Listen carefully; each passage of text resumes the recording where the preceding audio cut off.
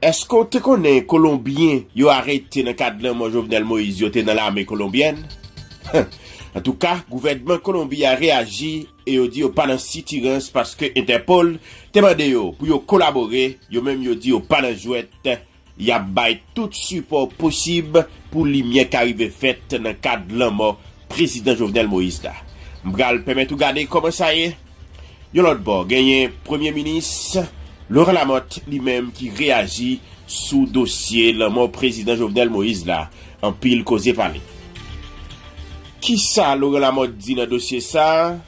Et qui ça gouvernement colombien dit?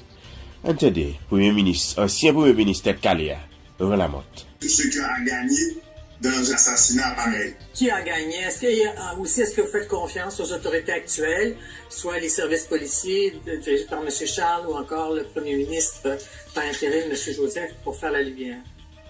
Bon, jusqu'à présent, ils font un excellent travail.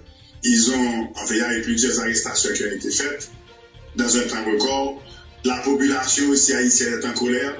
Le peuple s'est mis à identifier les gens parce qu'ils ont été se cacher dans les quartiers populaires, dans les quartiers les plus pauvres. Et la population, de manière, comment dirais-je, instantanée et vraiment émotionnelle, a pu aider la police à capturer ces mercenaires. Donc, il y a une collaboration citoyenne dans la recherche de ces criminels. À condition, évidemment, que ce soit les bonnes personnes qui ont été ciblées. Dans un extrait d'entrevue avec ma collègue Sophie Langlois, que Jovenel Moïse avait accordé en 2020, lui-même parlait de corruption et d'un pays pris en otage par les oligarques. La classe politique est montrée du doigt pour sa corruption endémique. Vous en étiez, vous, de cette classe politique? Qu'est-ce que vous pouvez nous dire là-dessus? Bon, premièrement, comme vous l'avez dit, le président a dit en maintes fois qu'il faisait des réformes courageuses et ces réformes avaient beaucoup d'opposition de secteurs clés et de secteurs spécifiques. Et je vais vous dire, contracter, engager 28 mercenaires étrangers pour venir assassiner le président, c'est une opération qui coûte très cher. Il y a très peu de gens dans le pays qui auraient les moyens financiers de pouvoir financer une opération pareille. Donc, c'est pour ça que j'ai demandé une investigation internationale. Ma question, c'était plutôt, est-ce que vous en étiez, vous, de cette classe politique dont on dit qu'elle est montrée du doigt par la corruption, qu'elle est rongée par la corruption, avec ce fameux scandale Petro-Caribé? M. Moïse avait été visé, vous aviez été visé, d'autres personnes avaient été ciblées dans cette période-là du début des années 2010, alors qu'on se demandait où passait l'argent de ce fonds. Bon, premièrement, il faut que je vous dise que ça a été un complot politique pour cibler quelques personnes dans ce scandale. Pour cette affaire d'argent de l'aide internationale dont vous parlez, après le séisme, Haïti a eu des dégâts de plus de 15 milliards de dollars de dégâts.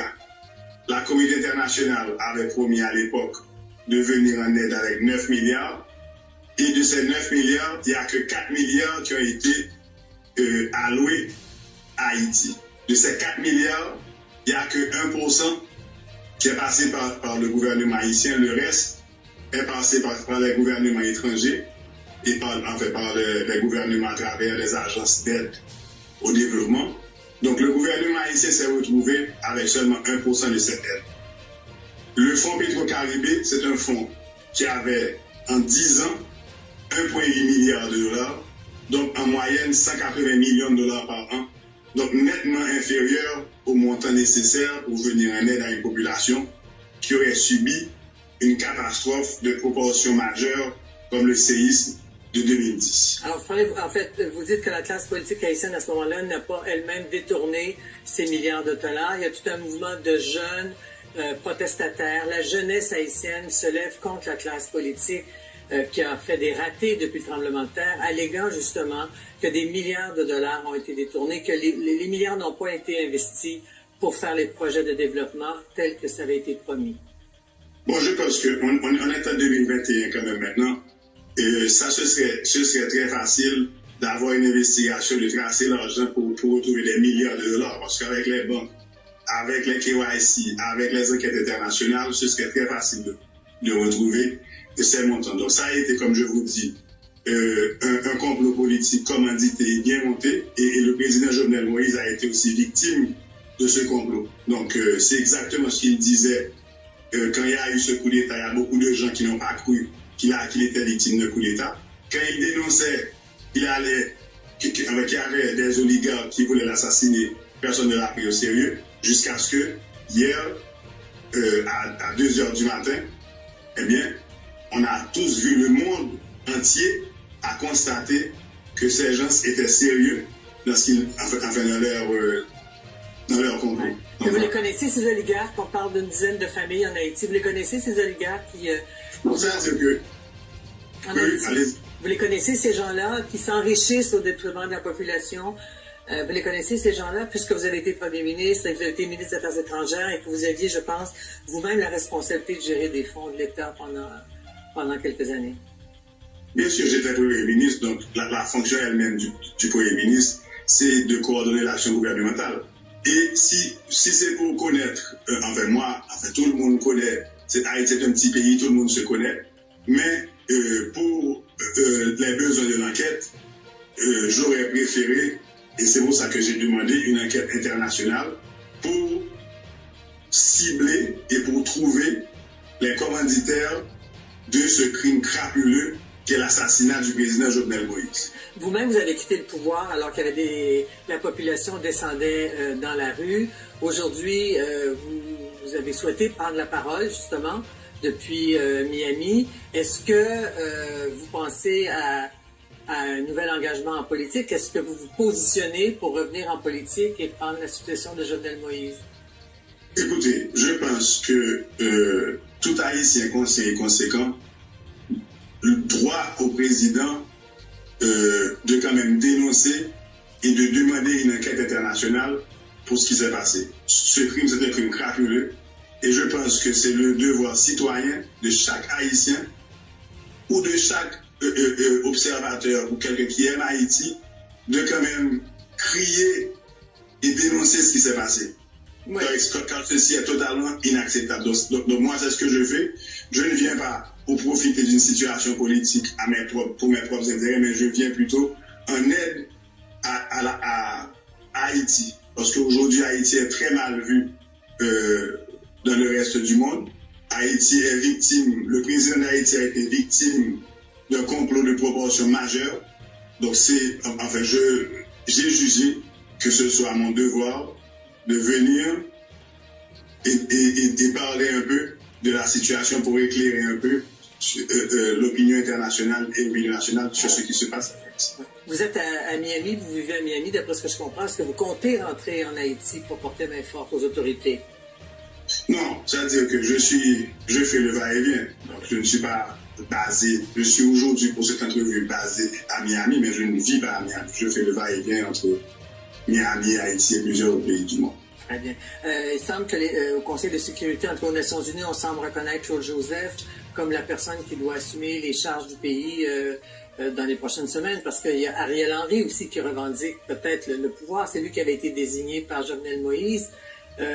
Qu'est-ce que vous répondez? Qui devrait diriger le pays dans les prochaines semaines, prochains mois? Bon, aujourd'hui, en suivant bien la situation, premièrement, je pense que il faut respecter la dépouille du président Jovenel Moïse. Donc la lutte politique est prématurée aujourd'hui.